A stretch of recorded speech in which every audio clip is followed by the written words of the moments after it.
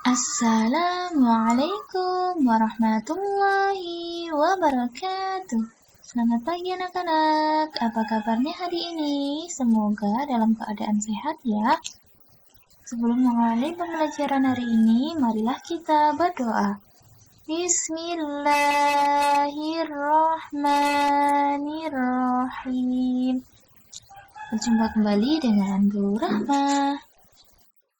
Hari ini anak-anak akan mempelajari materi tentang cerita fiksi. Simak baik-baik ya videonya. Sebelum anak-anak mempelajari materi hari ini, terlebih dahulu perhatikan penjelasan berikut ini. Cerita digolongkan menjadi dua macam. Yang pertama ada cerita fiksi. Cerita fiksi adalah cerita yang dibuat berdasarkan imajinasi atau hayalan si penulis atau pengarang yang bertujuan untuk hiburan. Yang kedua, cerita non-fiksi. Cerita non-fiksi adalah cerita yang dibuat berdasarkan kenyataan atau fakta. Untuk jenis-jenis cerita non-fiksi, yang pertama ada makalah, yang kedua biografi, yang ketiga buku pelajaran, yang keempat kamus, yang kelima jurnal, yang keenam laporan ilmiah, dan masih banyak lagi ya yang lainnya. Nah, sekarang kita akan masuk ke materi hari ini, yaitu cerita fiksi.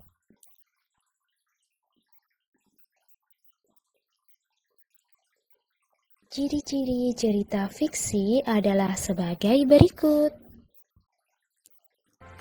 Cerita bersifat imajinatif atau rekaan yang bisa diolah dari pengalaman, wawasan, pandangan, dan penafsiran si pengarang.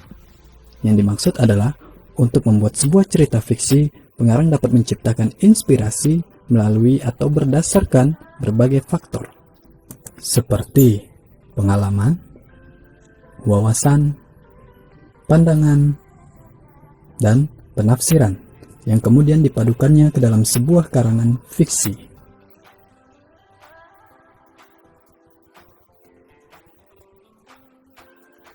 Memiliki nilai kebenaran yang tidak mutlak, dengan kata lain, cerita tidak harus bersumber dari kebenaran. Yang dimaksud adalah pengarang bebas melihat dunia berdasarkan sudut pandangnya, apakah baik buruknya ataupun hitam putih dunia ini.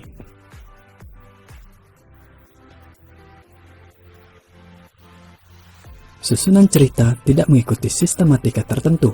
Pengarang bebas menyusun karangannya. Yang dimaksud adalah pengarang bebas menentukan tokoh, penokohan, ataupun jalannya cerita. Semua berdasarkan imajinasinya.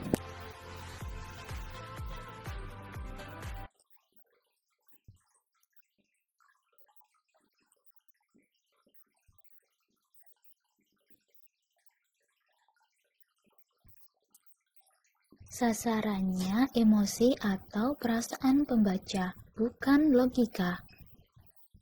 Pengarang akan menciptakan sebuah cerita yang membuat pembaca ikut masuk ke alur cerita yang dibuatnya.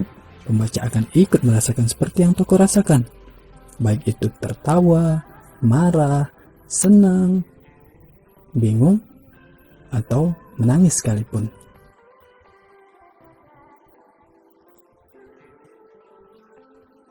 Mengandung pesan moral. Setiap cerita fiksi akan memberikan pembaca sebuah pengalaman sekaligus nilai positif, baik itu tentang kenegaraan, tentang kehidupan, ataupun tentang keagamaan.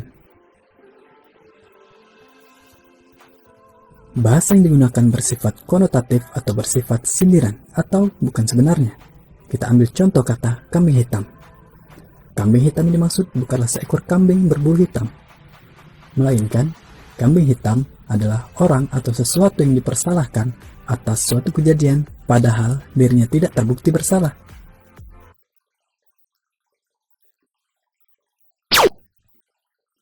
Jenis cerita fiksi ada 3 macam. Yang pertama yaitu cerpen atau cerita pendek. Yang kedua novel.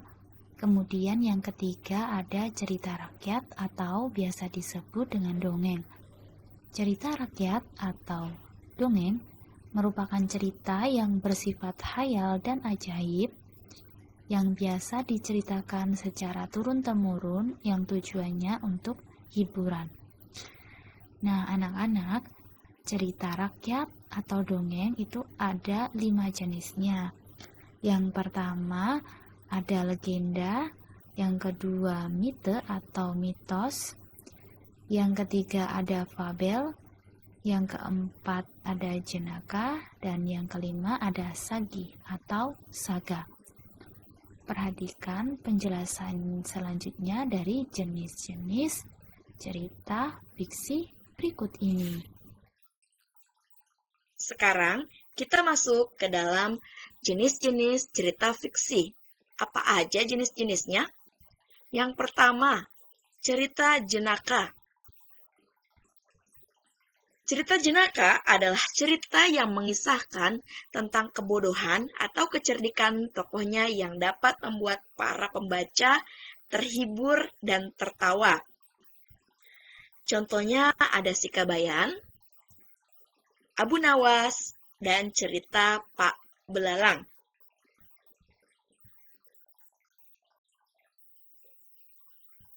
Lanjut, mite. Mite adalah jenis dongeng yang berhubungan dengan kepercayaan masyarakat setempat terhadap benda gaib, dewa, dewi, maupun roh yang dipercayai memiliki kekuatan gaib. Contohnya, Putri Junjung Buih,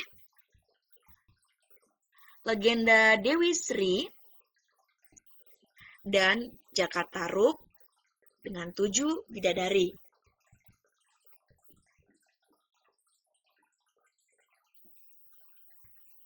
Selanjutnya ada fabel. Fabel adalah cerita yang menggambarkan watak dan budi manusia yang tokohnya diperankan oleh hewan. Dan biasanya fabel ini memiliki pesan moral atau amanat bagi para pembacanya. Contohnya, Kancil dan Buaya, Semut dan Belalang, dan Kisah Semut dan Merpati.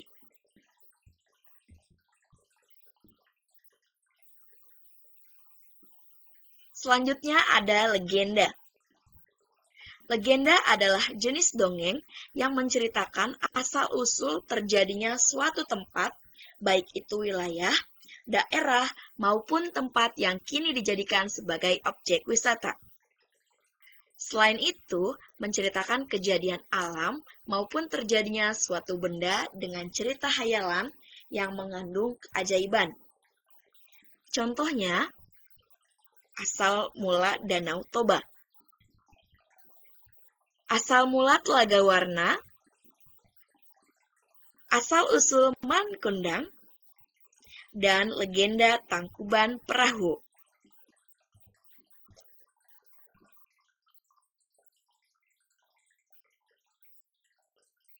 Ada saga atau sage, yang artinya menceritakan tentang kepahlawanan atau perjuangan yang mengagumkan dari masa lalu yang terus dikenang hingga sekarang.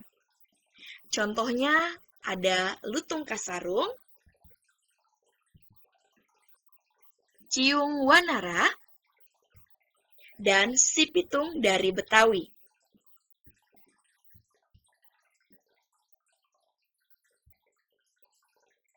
Selanjutnya ada cerpen. Nah, cerpen ini adalah fiksi yang dapat dibaca dalam waktu singkat dalam sekali duduk, hanya memfokuskan pada satu tokoh yang suatu kejadian atau keadaan. Biasanya tersusun minimal 2000 kata. Contohnya, Anjing dengan Ayam Jantan dan cerpen tentang liburan sekolah di rumah.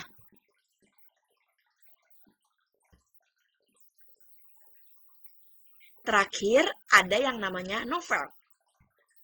Novel adalah cerita fiksi yang menceritakan sebahagiaan kisah hidup seseorang.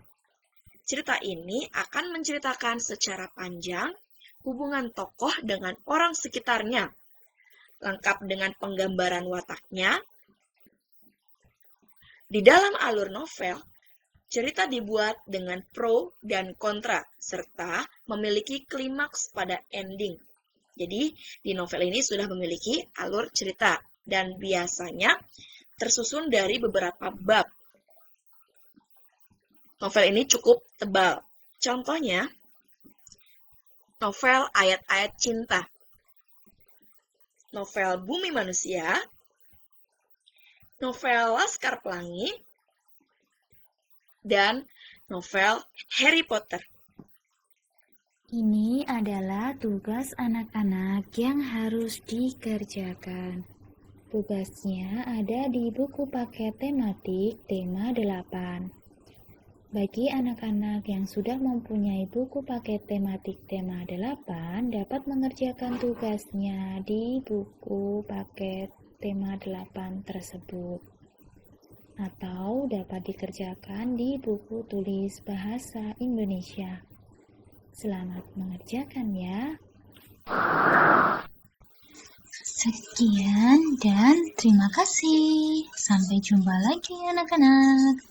Wassalamualaikum warahmatullahi wabarakatuh.